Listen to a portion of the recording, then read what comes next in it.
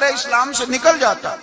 اس زبان کو محفوظ رکھنا، اس کی حفاظت کرنا، میرے نبی پاک صلی اللہ تعالی علیہ وآلہ وسلم نے فرمایا ہے اس زبان کے متعلق۔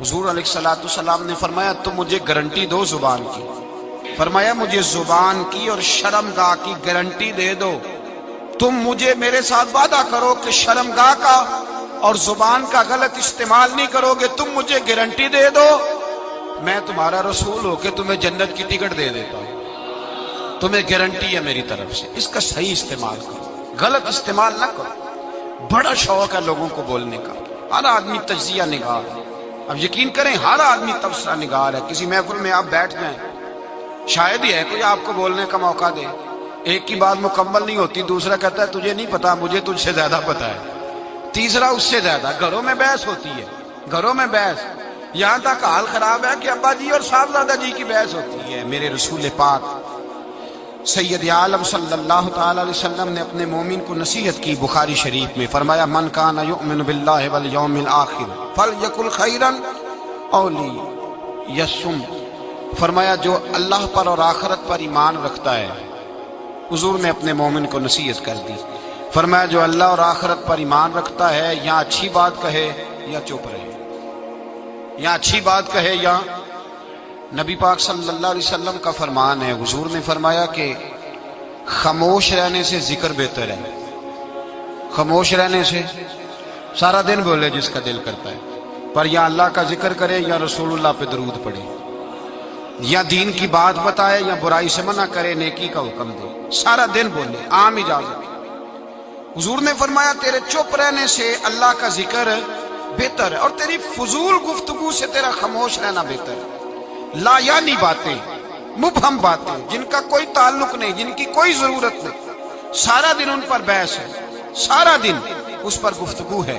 میرے حبیب پاک سید عالم صلی اللہ تعالی علیہ وآلہ وسلم نے زبان کو پکڑ کر فرمایا تھا، زبان کو پکڑ کر ایک صحابی نے کہا یا رسول اللہ، اس حدیث کو یاد رکھیے گا، کہا حضور آپ کو کیا لگتا ہے، کیا لگتا ہے آپ کو کہ سب سے زیادہ کس بات کا خوف ہے اپنی امت پہ، کیا ہو جائے گا، کس بات سے آپ اتنے پریشان رہتے ہیں؟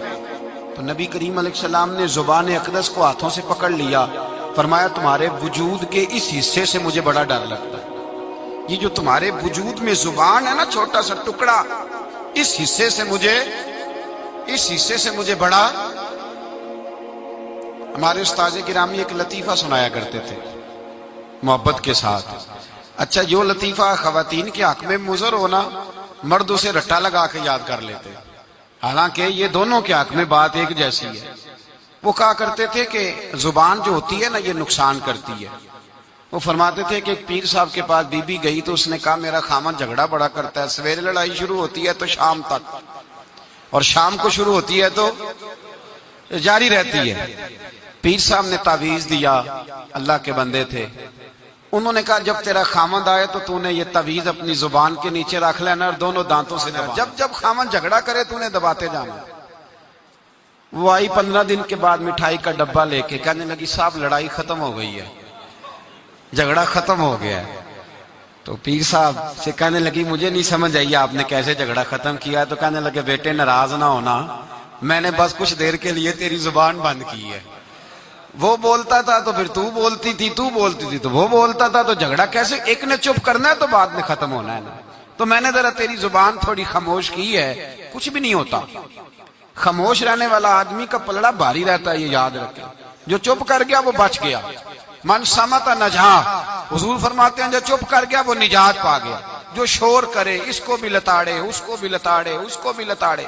نبی پاک صلی اللہ علیہ وسلم نے فرمایا جو مومن خاموش بیٹھا ہونا اس کے پاس جا کے بیٹھا کرو، وہ تو کوئی حکمت والا شخص ہے، وہ تو کوئی حکمت والا ہے، اس کے پاس جا کے بیٹھو۔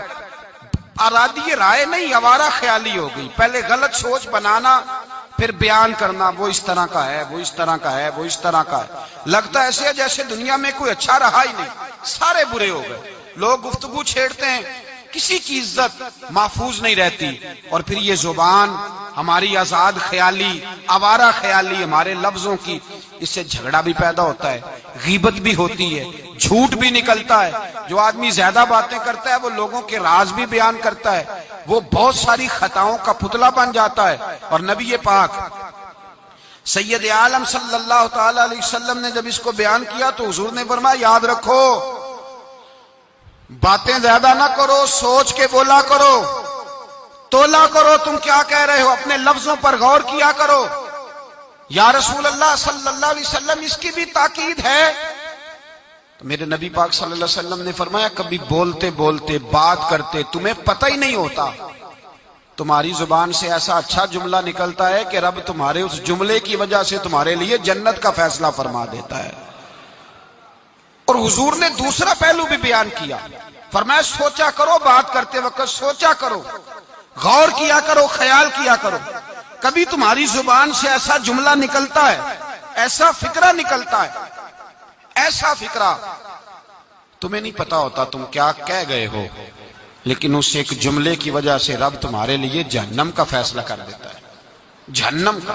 ہم لوگ نا بعض اوقات کسی شخص کے بارے میں ایسا سخت لفظ بول دیتے ہیں، بندہ غریب ہوتا ہے، کبھی مجبور ہوتا ہے، وہ جواب نہیں دے پاتا، اس کے پاس طاقت نہیں ہوتی، وہ ڈرتا ہے.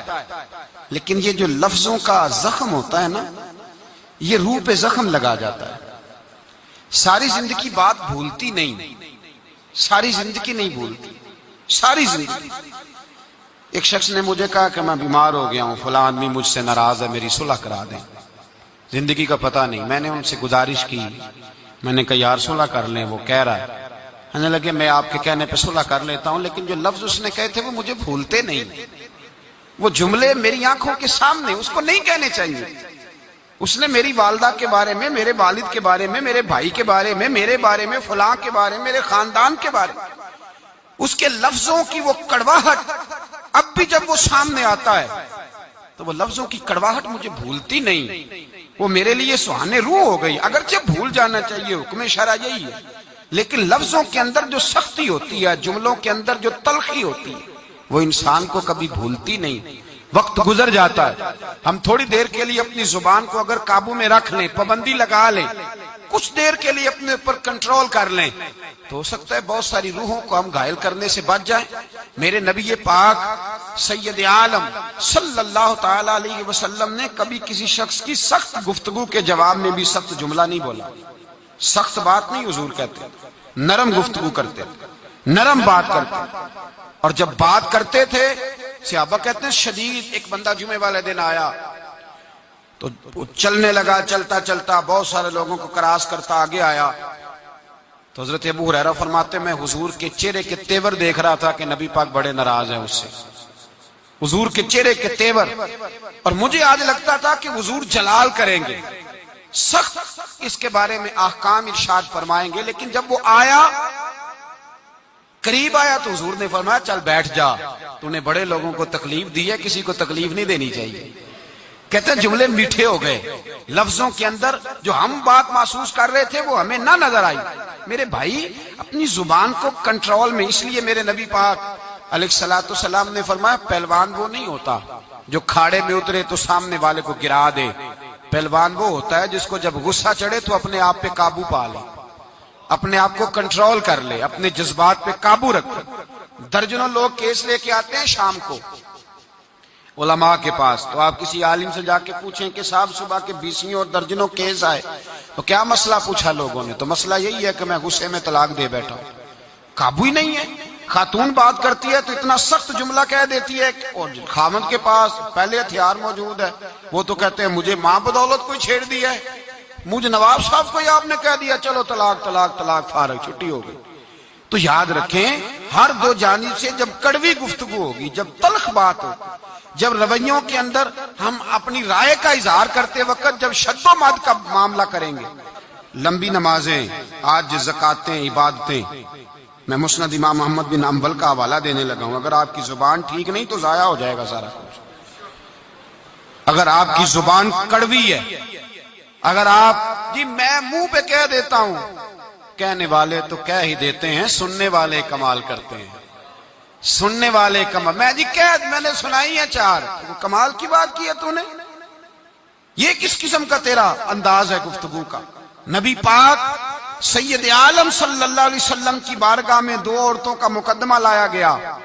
یا رسول اللہ صلی اللہ علیہ وسلم، ایک عورت نماز پڑھتی ہے، صدقہ کرتی ہے، عبادت گزار ہے، لیکن حضور زبان اس کی ٹھیک نہیں، تلخ بولتی ہے، رویہ ترش ہے، اپنی گفتگو کے اندر وہ لوگوں کی بے عزتی کر دیتی ہے، رسوائیاں کرتی ہے، دل توڑتی ہے. اللہ کے رسول نے فرمایا جہنمی ہے وہ بیوی. صدقے کدھر گئے، نمازیں کدھر گئیں؟ کہتے بس زبان کی تیز ہے. تو یہ زبان ہی تو ہے جو تباہی کرتی ہے. کا سب کچھ صحیح ہے، عبادت گزار ہے، سن لیں مسند امام احمد بن حنبل کی حدیث، حضور نے فرمایا جہنمی ہے، لے جائے اٹھا کے اپنی نماز، حج، زکات، سارا کچھ دوزخی